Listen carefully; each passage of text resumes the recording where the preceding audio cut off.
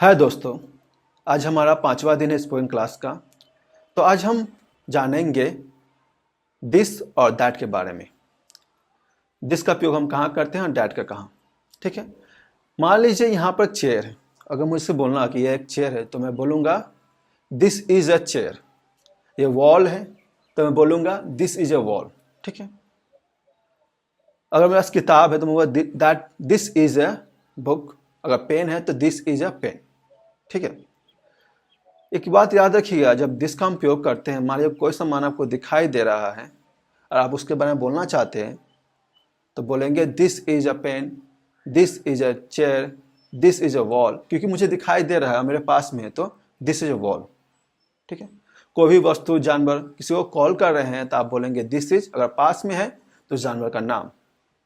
ठीक है, मान लीजिए कुछ सामान आपको दिखाई दे रहा है मगर आपके पास में नहीं है। उदाहरण तौर पे वहाँ एक पेड़ है, मुझे क्लियरली दिखाई दे रहा पेड़ है मगर मेरे पास में नहीं है, तो मैं बोलूँगा दैट इज़ अ ट्री। मैं उस समय दिस का उपयोग नहीं करूँगा।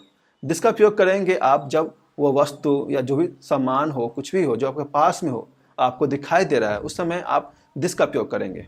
मगर दूर में है, आपको दिखाई दे रहा है, तो आप उस समय दैट का उपयोग करेंगे। जैसे कि पीछे मेरा घर है, ठीक है, तो मैं बोलूँगा दैट इज़ अ हाउस। मैं ऐसा नहीं बोलूँगा this is a house, because क्योंकि वो मेरे पास में नहीं है, वो दूर में है, तब दैट इज़ अ हाउस। उसी तरह से that is a chair, that is a pen, that is a notebook. जो पास में है उसके लिए आप दिस का उपयोग करेंगे और जो दूर में है उसके लिए आप दैट का उपयोग करेंगे।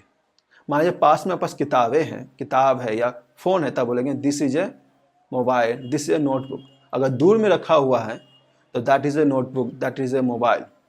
याद रखिए, जो पास और दूर है वो आप पर निर्भर करता है। अगर आपको लगता है कि वो पास में है तो आप दिस का उपयोग करेंगे, और आपको लगता है कि वो दूर में है तब दैट का उपयोग करेंगे। तो यही दैट और दिस का उपयोग है। आप किसी वस्तु को बुलाना चाहते हैं तो उसमें कह सकते हैं, जैसे मान लीजिए चेयर है तब बोलेंगे दिस इज़ ए चेयर। अगर दूर में है तो बोलेंगे दैट इज़ ए चेयर। तो यही डिफरेंस है, और ऐसे ही हम यूज करते हैं दिस और दैट का।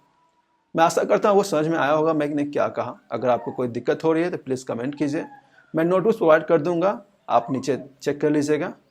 वीडियो देखने का शुक्रिया, मिलते हैं नेक्स्ट वीडियो में, बाय।